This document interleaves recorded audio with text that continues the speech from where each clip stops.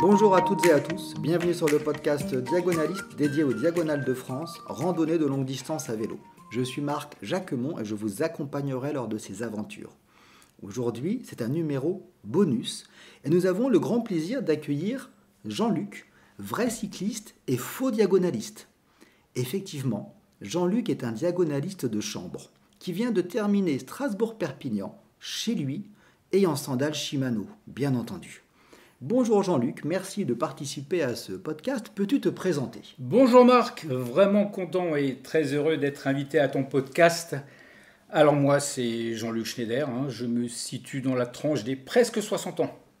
Et comment dire, je suis un accro des sports extrêmes, mais pas n'importe quel sport, uniquement l'extrême de niche. L'extrême de niche, voilà. Alors comment j'ai pu en arriver à envisager de faire une diagonale Strasbourg-Perpignan sur un vélo statique? Ça, c'est une longue histoire, comme quoi la vie réserve vraiment beaucoup de surprises. Je précise, Jean-Luc, quand tu dis sportif, tu as quantité de vélos chez toi. Alors oui, je possède un certain nombre de vélos pour la simple et bonne raison que je les conserve. Donc tous les vélos que j'ai achetés depuis ma tendre enfance sont toujours encore chez moi, dans mon garage et pour certains même accrochés au mur. Y compris sous des lits, des Brompton un peu partout, etc. Oui, voilà, c'est assez grave. Mon cas est assez grave. Mais j'aime beaucoup les vélos, c'est pas que je les collectionne, mais j'ai beaucoup de mal à m'en séparer parce que chacun d'entre eux possède un souvenir. Ils sont imprégnés d'aventure. Parce qu'effectivement, avant de me lancer dans des défis statiques, j'ai quand même fait un certain nombre de voyages réels. Et Marc, tu en sais quelque chose. C'est vrai, alors on ne va rien vous cacher. Jean-Luc, on s'est connus dans nos années de fin d'adolescence, avec peut-être un début de Tour de France pour moi et un Tour de France entier pour toi, je crois. 1984, je t'accompagnais dans ta première étape où tu te rendais toi à Besançon et moi je démarrais mon mois de juillet où je faisais l'intégralité d'un Tour de France en 1984. Quelle aventure, j'en garde un souvenir mémorable, j'ai toujours conservé ce vélo et il est dans un état neuf. Et après, suite à ça, on ne s'est pas revus pendant peut-être une trentaine d'années.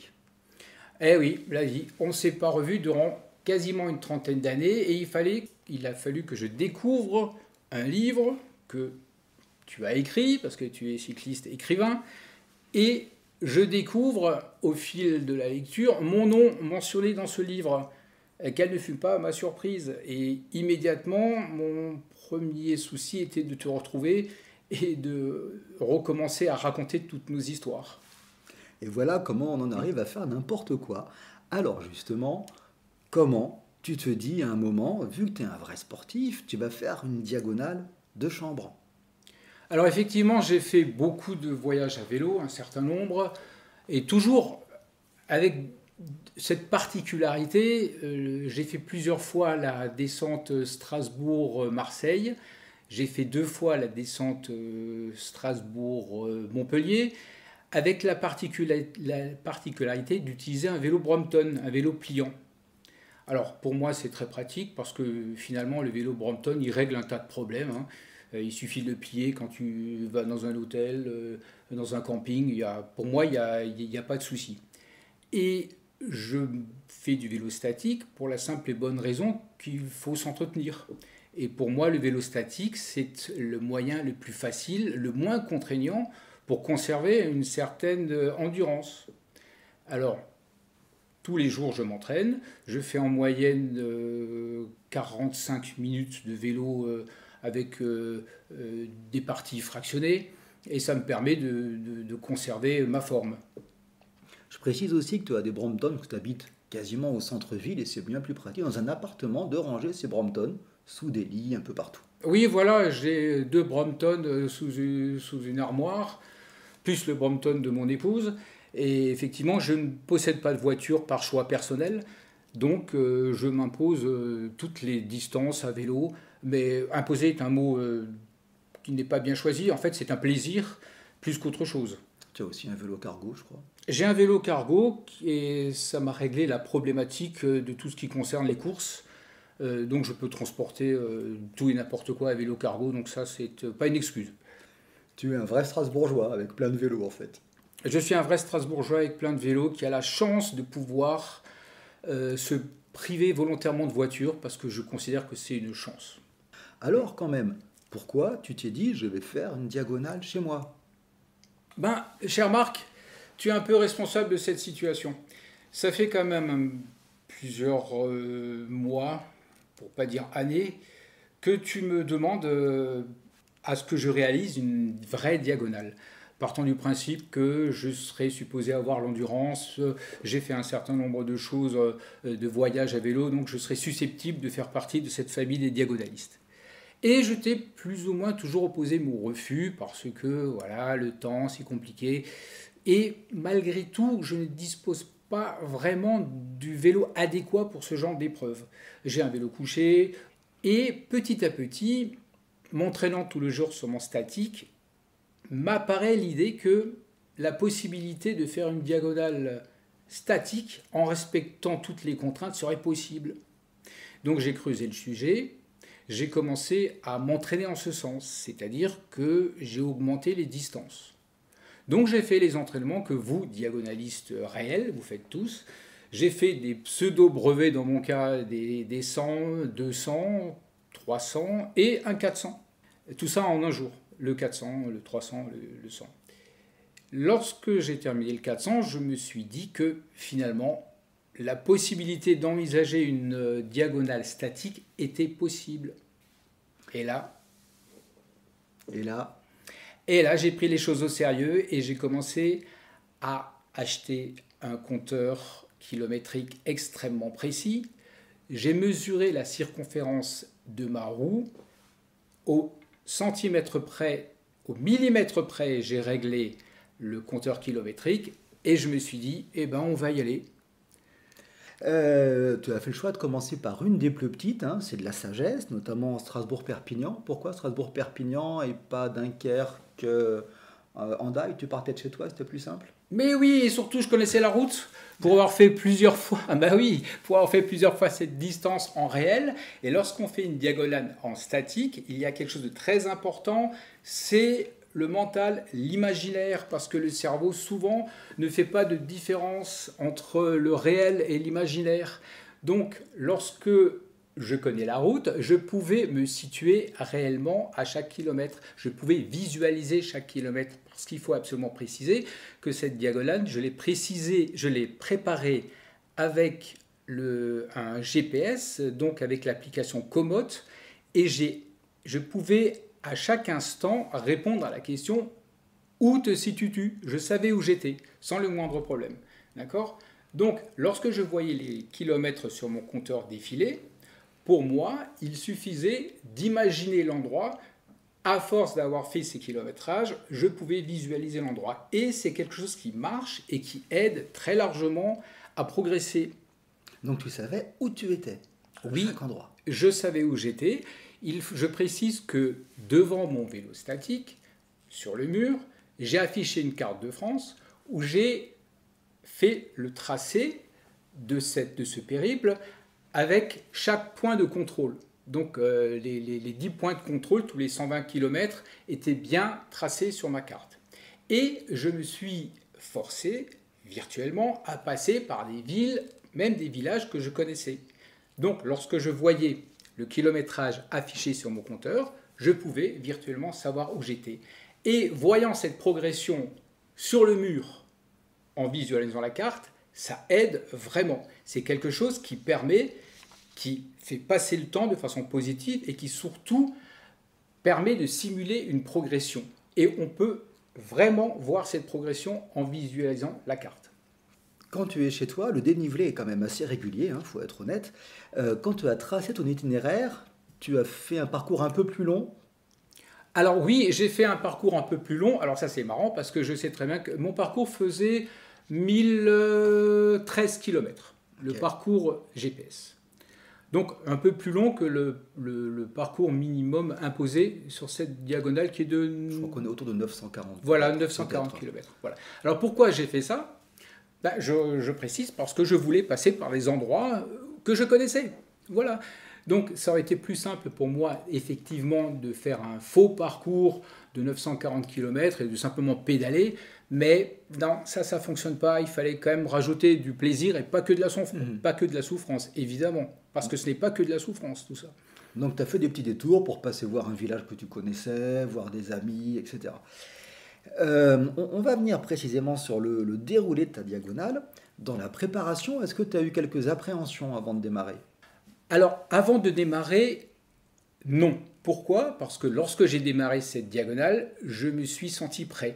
Il était hors de question pour moi de démarrer une diagonale de façon aventureuse, empirique, en se disant si ça passe, ça passe. Non, non, pas du tout. Si je démarre, si je m'y mets, il faut que ça marche. Donc, je me suis imposé un certain nombre de contraintes. Par exemple, l'annoncer au travail, l'annoncer à des amis, l'annoncer à des voisins. Et du coup, qu'est-ce qui se passe? J'étais obligé de réussir. C'est réussir ou blêmir. Hein. À partir du moment où tu fais une publicité aussi drôle chez les voisins, tu peux t'attendre à ce qu'ils vont te demander « Alors, c'est parti, tu vas y aller, si et ça ». Et ça m'oblige. Et ça, figure-toi que ça fait plus ou moins partie de la stratégie. D'accord? Donc, avant de partir, il y a eu toute cette période d'entraînement, donc il n'y a pas eu de hasard là-dessus. J'ai à peu près pas loin de 4000 km en 6 mois d'entraînement statique, sans compter le vélo classique que j'utilise au quotidien. Mais je ne compte pas les kilomètres du vélo classique. Tu roules la nuit, tu t'entraînes la nuit également parce que tu travailles en horaire parfois décalé. Tu es en appartement, il n'y a pas de problème de bruit, tu es sur home trainer ou tu utilises quel type de vélo? Alors, je travaille effectivement en horaire décalé, donc il y a un avantage par rapport aux horaires qu'imposent les diagonales, effectivement. Alors, mon vélo est un vélo statique de type biking professionnel. C'est vraiment une belle machine qui est très lourde, elle ne bouge pas, c'est bien fixe. Et la roue principale, donc la roue d'inertie, est freinée par un patin cuir. Et j'ai fait toute cette diagonale avec une légère pression sur la roue, une pression permanente, sachant que c'est l'équivalent d'un pignon fixe. Je n'ai pas de roue libre, hein. Donc chaque centimètre est pédalé, avec une légère force, on va dire l'équivalent d'un petit faux plat montant. Voilà. Donc tu peux jamais laisser tes jambes te reposer. Alors non, je ne peux pas laisser mes jambes se reposer et je suis contraint de pédaler en permanence, sachant que du fait que je mets une certaine force sur la roue, il y a très peu d'inertie. Si j'arrête de pédaler, le temps de pédalage, c'est même pas le temps d'inertie n'est même pas de 10 secondes. Hein. Donc il faut constamment pédaler. Voilà. Ok. On va venir à ta diagonale au départ. Comment ça s'est passé et tu as démarré quand? J'ai démarré, c'était le 10 juin, un lundi matin, à 3 heures du matin. 3 heures du matin, parce que c'est un horaire qui me convient bien. Moi, je préfère les horaires 3 heures, 10 heures, enfin tout ce qui est les fins de nuit, c'est quelque chose qui me convient mieux. Mais ça, c'est par rapport à ma façon de dormir, dû à mon travail qui est très anarchique en fait. Mais bon, je me suis adapté à ça. Donc ça, c'est plutôt un avantage. Donc je suis parti la nuit et j'avais décidé le premier jour de faire 360 km. Voilà. C'est une grosse étape. 360 km. Voilà, c'est ça. C'est une grosse étape, mais je suis en forme. Je préfère commencer fort. Voilà. Bon, alors moi, j'ai une préparation qui était très très succincte. Hein. Au départ, c'était mis à part la préparation donc physique et sportive, la préparation psychologique, c'était tu t'assois sur la selle, tu pédales et tu discutes plus, et puis on va y arriver, point barre. Voilà, tu réfléchiras à l'arrivée.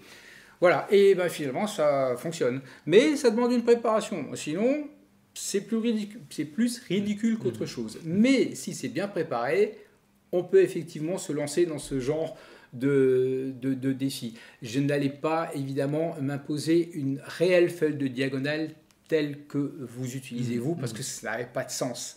J'aurais pu effectivement le faire, mais bon, ça n'avait pas de sens.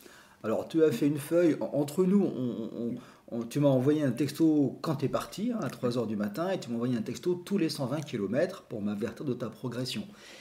Tu es parti de Strasbourg. Strasbourg, c'est le fief de Jocelyne, hein, Sariste.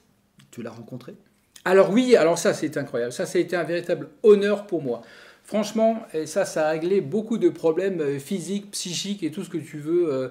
Parce que rencontrer une personne comme ça qui me fait l'honneur de venir, alors que je suis tout sauf un diagonaliste, mais juste un diagonaliste de cirque, j'allais dire malgré tout, elle est venue au kilomètre 286. Comme dit, je peux montrer à n'importe quel moment l'endroit où j'étais. Donc kilomètre 286, le petit village d'Ossel, elle est venue me rendre visite. Et là, ça m'a vraiment fait plaisir parce que je ne pense pas qu'elle a eu à faire à plusieurs diagonalistes de ce genre-là. Diagonaliste fixe pour une sariste dans sa vie, ça n'a pas arrivé souvent, ça.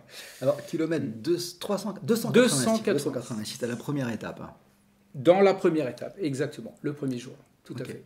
Et c'est là que Jocelyne a constaté que tu étais également en sandales Shimano, qui est quand même un grand signe de ralliement. Un sandal Shimano, alors là, j'ai même pas fait exprès, il se trouve que ça marche très très bien, les sandales Shimano. J'utilise des cales, évidemment. Alors ça, là aussi, c'est bizarre. En temps normal, je roule jamais avec des cales. Alors ça, c'est particulier. Il y en a qui m'ont dit c'est bien, c'est pas bien. Mais bon, c'est un choix. Hein. Sur aucun de mes vélos, j'ai des cales. Par contre, sur mon vélo à pignon fixe d'entraînement, j'ai des cales. Parce que là, effectivement, ça marche mieux. Et puis, de toute façon, pignon fixe. Et sandales Shimano, il n'y a pas mieux hein, pour ce genre d'épreuve. Là, c'est clair, net. Hein. Une diagonale de chambre peut prêter à sourire en termes de difficulté. On se dit oui, c'est facile, il n'y a pas de montée, il n'y a pas de vent de face, il n'y a pas de pluie, les boulangeries sont ouvertes, etc. Les diagonales réservent des surprises, hein, les diagonales extérieures, comme de la météo, etc. En as-tu eu sur ta diagonale? Les diagonales de chambre, ah oui, formidable. Alors, on va installer un ventilateur pour les vents, tout ça. Oui, alors bon, effectivement... Marc ne fait pas l'innocent, j'ai eu un certain nombre de petites épreuves à passer, n'est-ce pas?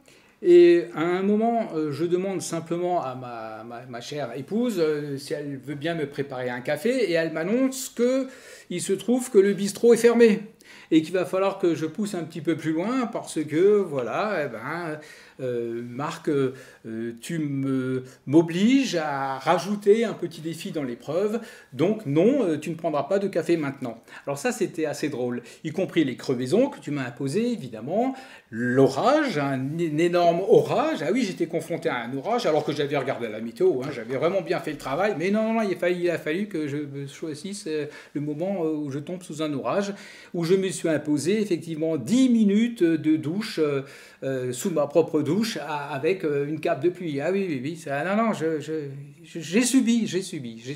Et une crevaison, ça se déclinait comment? Tu t'arrêtais? Ah oui, bien sûr. Une sanction de temps, en fait. Bah oui, j'avais une sanction de temps, c'est sûr. Une crevaison sur une route 20 kg, c'est assez difficile à réparer.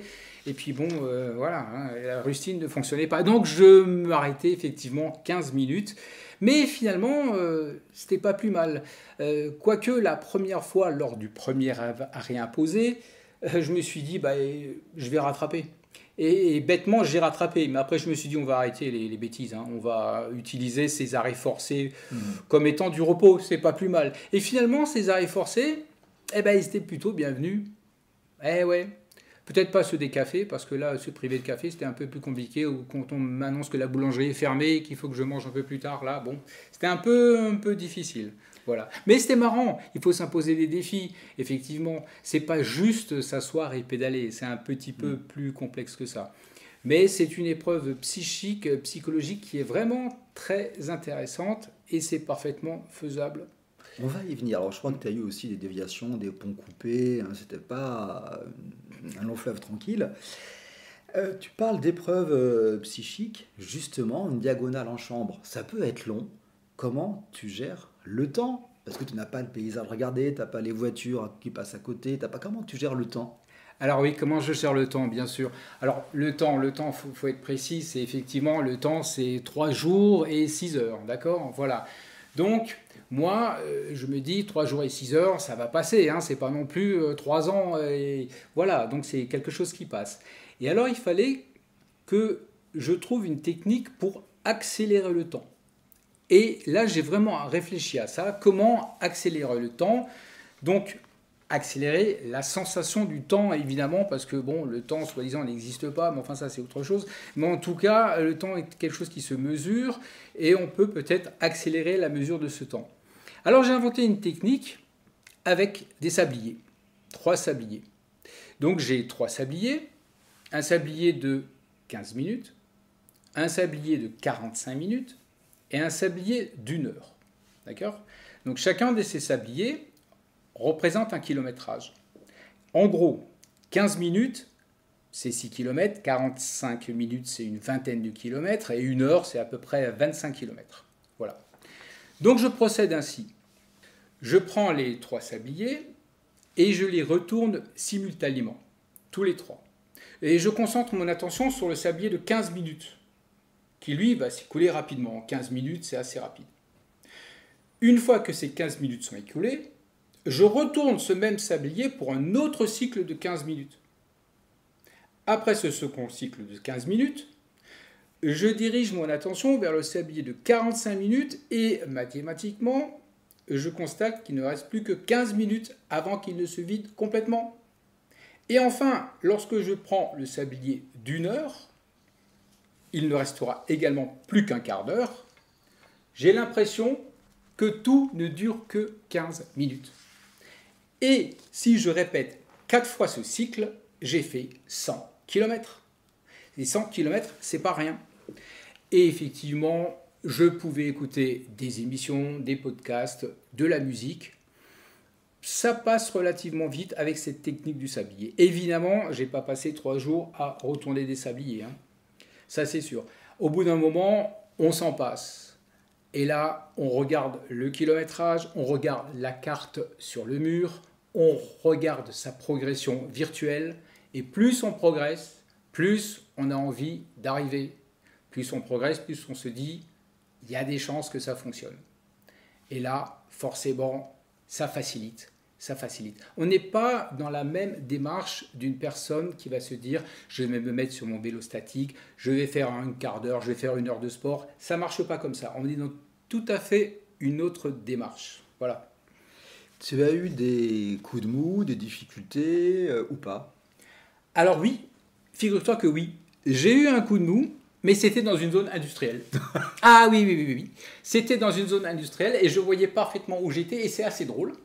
Parce qu'à ce moment-là, dans la région lyonnaise, là-bas, un peu, voilà, une région industrielle que je connais très bien pour l'avoir traversée une dizaine de fois, et ben, bizarrement, je me sentais moins bien parce que je m'imaginais là-bas, je voyais la circulation, je voyais ces industries, tout ça, les routes, c'était pas terrible. Effectivement, j'ai eu un petit coup de mou, mais je me suis dit que très très vite, j'allais retrouver les routes que je connaissais, que tout allait bien se passer. Oui, j'ai effectivement un petit coup de mou, mais pas grave. Voilà, rien de notable et de significatif.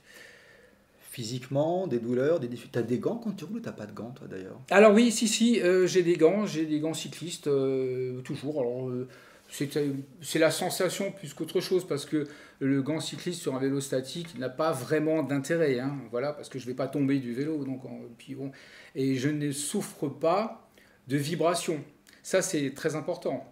Dans une diagonale réelle, sur un vélo réel, vous, les diagonalistes, je sais très bien que vous avez des problèmes aux mains, aux articulations, dus aux vibrations. Moi, je n'ai pas ce genre de problème, mais j'en ai d'autres. Alors, effectivement, je peux m'asseoir, me redresser tout en pédalant, mais il va se passer quoi? Ça va augmenter les points d'appui au niveau du fessier. Et ça, c'est pas évident. Et je peux dire que, effectivement, dès le premier soir, disons à la fin des premiers 350 km, j'avais vraiment une douleur assez conséquente. Et là, toute la problématique n'est pas la douleur de ce jour-là, la problématique est de recommencer le lendemain. La problématique, elle est là. Et là, tous les cyclistes qui font de longues distances pourront confirmer. Faire 300 km d'un coup n'est pas un exploit, ça c'est à la portée de plein de gens, ça un peu entraîné, ça peut se faire. Mais recommencer le lendemain, c'est une autre paire de manches et c'est tout l'intérêt des diagonales, des diagonalistes, c'est d'avoir la capacité de recommencer le lendemain. Ça, pour moi, l'exploit, il se situe là. Bravo les gars, parce que bravo les gars, bravo les filles, vous qui arrivez à faire ça, c'est absolument incroyable. Et j'en viens à tes douleurs. Tu as quoi comme cuissard d'ailleurs? Ah, j'ai un cuissard de marque Audelot que j'ai depuis un certain nombre d'années. Il me convient, il n'y a pas de souci. Et j'ai même dû, au bout d'un certain temps, tenter le double cuissard parce que j'avais vraiment mal. Mais je me suis rendu compte que ce n'était pas vraiment une solution. Un double cuissard, c'est pour augmenter les frottements. Franchement, c'est pas conseillé. Mais lorsque tu as vraiment mal dû aux appuis et rien qu'aux appuis, à un moment tu cherches une solution parce que je suis obligé de pédaler en permanence. Je peux pas me dire tiens je vais arrêter de pédaler, je vais me lever de la selle, je vais un petit peu me reposer. Non, non, du coup là je peux me lever, mais tu pédales en permanence sur pignon fixe et pédaler debout sur pignon fixe c'est pas évident, hein. Donc un double cuissard sur Strasbourg-Perpignan. Ah oui, donc t'as quand même eu mal aux fesses, t'as quand même eu bien mal aux fesses. Ah oui, j'ai vraiment eu bien mal aux fesses, hein. Ça, c'est quelque chose, à mon avis, très difficile à éviter. Et j'ai entendu, d'ailleurs, justement, certains de tes amis diagonalistes qui sont capables de faire de longues distances sans avoir mal aux fesses. Bon, bah écoute, c'est formidable.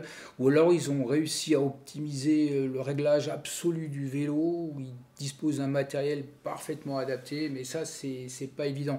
Alors que à la base, j'ai quand même fait très attention à optimiser les réglages du vélo, hein. Ça faisait vraiment partie du principe absolument à ne pas négliger, hein. Régler le vélo. Bien avant, j'ai fait des centaines de kilomètres en réglant la selle au millimètre. Mais malgré tout, bon ben voilà, hein, tu ne peux pas échapper à ce genre de problématiques, hein. Voilà. Donc cuissard, tu mettais de la pommade? Ah oui, oui, alors pas le premier jour, hein. J'ai mis de la pommade vers le milieu du deuxième jour, on va dire. Ouais, ouais. Ok.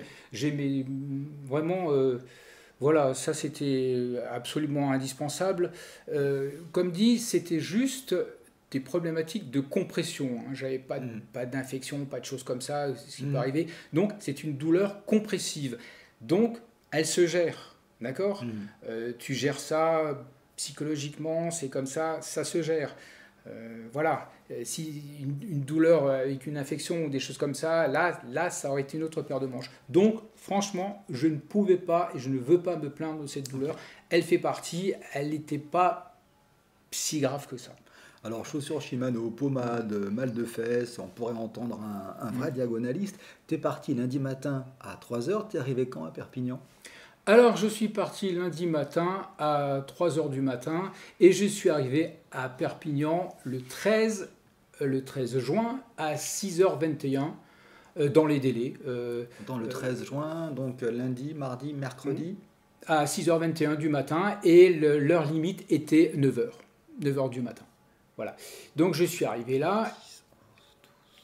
Oui. 13. Ah oui, c'est ça. Oui, Ok, oui, c'est d'accord. juste, Ah ouais. oui, Ah oui, ouais. oui. Alors, je tenais une comptabilité de kilométrique, d'accord? Donc, les points de contrôle sont notés. Je peux te dire exactement, bah, d'ailleurs, tu le sais, puisque à chaque point de contrôle, je me devais de t'envoyer un SMS avec la photo du compteur. Donc, tu voyais exactement la ville, le village où je me situais, avec le kilométrage exact et l'heure. Donc, arrivé à Perpignan à 6h21, avec un bonheur absolument incroyable. Ça, c'est quelque chose d'étonnant, sachant qu'au contrôle des 960 km à Port-la-Nouvelle, donc contrôle fictif, mais non moins réel, hein, voilà, je me suis dit, là c'est bon, quoi qu'il arrive, ça va fonctionner. J'étais à Port-la-Nouvelle, donc virtuellement à 3h03 du matin, et là je me suis dit, c'est tranquille, hein, voilà, il n'y a pas de souci, malgré l'épreuve, les 5 km que tu m'as rajouté, prétextant un pont ou des travaux, j'ai accepté ce petit délire parce qu'évidemment, quand c'est fini, il en reste encore, quoi. Voilà. Mais ça fonctionne, c'est un véritable plaisir et c'est une expérience incroyable. Alors, je ne peux pas dire que je conseille à n'importe qui de se lancer du jour au lendemain sur un vélo statique dans une diagonale. Non, ça, franchement, je déconseille. Mais par contre, je conseille à tout le monde d'utiliser un vélo statique pour s'entraîner parce qu'il y a moyen de s'entraîner de façon agréable et il y a moyen d'accélérer le temps. Donc on sait que cette diagonale, c'était pour rire, hein, quelque part. Néanmoins, tu as fait un récit comme tout diagonaliste. Alors oui, c'était pour rire, mais enfin bon, rire, il y a rire et rire, hein. Avant de s'engager dans ce genre de rire, il faut être certain, parce que sinon on passe du rire au ridicule. Et ça, je ne voulais absolument pas. Rire, oui, mais ridicule, non. Donc effectivement, j'ai utilisé tous les principes d'entraînement réel pour me donner toutes les chances d'y arriver. C'était un impératif. Il était hors de question pour moi de commencer une diagonale statique et d'arrêter au premier petit problème, au premier petit ennui. Non, ça c'est absolument impossible. Non, on commence quelque chose, on se donne les moyens de réussir. Ça, c'est absolument très important. Donc, tu l'as fait jusqu'au bout avec le récit. Alors, je l'ai fait jusqu'au bout avec le récit. Alors, un récit plus ou moins dans les règles de l'art, parce que, bon, voilà, il y a quand même une partie relativement humoristique, et je ne veux pas me comparer à un diagonaliste réel. Ça, c'est très important, d'accord ? J'ai fait une activité amusante, drôle, dans des conditions plus ou moins réelles. Toute la difficulté était d'arriver à faire ces 1018 km en 3 jours et 6 heures sur un vélo d'appartement. Voilà, donc il y a une petite difficulté psychique, mais c'est très intéressant. Après, je ne peux pas considérer que ça a été quelque chose de terriblement difficile. Je mentirais. Non, ce n'est pas le cas. C'est pas le cas. Je pense que prendre la décision de me lancer dans ce projet a été plus difficile que le projet lui-même. Mais d'ailleurs, ça, c'est souvent le cas. C'est souvent le cas. On n'ose pas faire les choses. Tout à coup, on se rend compte qu'il y a une possibilité, une ouverture. On se lance dedans, ça fonctionne et on est super content. En tout cas, même si c'est pas une vraie diagonale, félicitations parce que c'est dur psychologiquement de faire une journée entière dans sa chambre sur un vélo. Ton épouse a compris ce délire, elle s'est pas dit mais qu'est-ce que je fais avec cet Olébrius ? Ah oui, la pauvre. Mais alors depuis le temps, elle a l'habitude, hein. Voilà. Alors dans un premier temps, elle s'inquiétait évidemment. Je crois qu'elle pensait que c'était pas possible, la pauvre. Et puis les heures passant, elle venait me voir, ça va. Puis moins elle venait me voir, plus je me rendais compte qu'elle avait intégré le fait. Et puis pour moi, c'était plutôt pas mal, quoi. Et là où ça devenait drôle, c'est que durant les pauses, il m'arrivait de l'appeler au téléphone, quoi. Ça, c'était assez marrant, là. Et là, je me suis dit, là, on est vraiment loin dans le délire, là, hein. Voilà, elle était dans la pièce à côté, elle venait, mais il y a un problème. Je dis, oh, excuse-moi, voilà, c'était... Bon, mais ça faisait partie du délire, pourquoi pas l'appeler, voilà. Alors, effectivement, elle me faisait office, elle m'apportait les cafés. Bon, voilà, c'était... Oui, c'est de l'assistance. C'était de l'assistance. C'était de l'assistance. D'ailleurs, je remercie beaucoup de personnes parce que même mes voisins, mes collègues de travail, sans en avoir conscience, ont fait partie de cette assistance. Parce que vouloir faire la publicité de ce projet m'obligeait. Voilà, donc je les remercie tous. Vous m'avez aidé sans vous en rendre compte. Là, tu t'es entraîné avec cette première diagonale. Est-ce que tu prévois d'en faire une en vrai ? Ah oui, la fameuse question, est-ce que je prévois de faire une diagonale en vrai ? Alors, dans les prochains temps, non. Là, je ne prévois pas de faire une diagonale en vrai. Je ne pense pas avoir le vélo adéquat à l'heure actuelle. Donc, dans les prochains temps, non. Mais je n'exclus rien. Comme dit, j'approche la soixantaine, il me reste encore très peu de temps à travailler.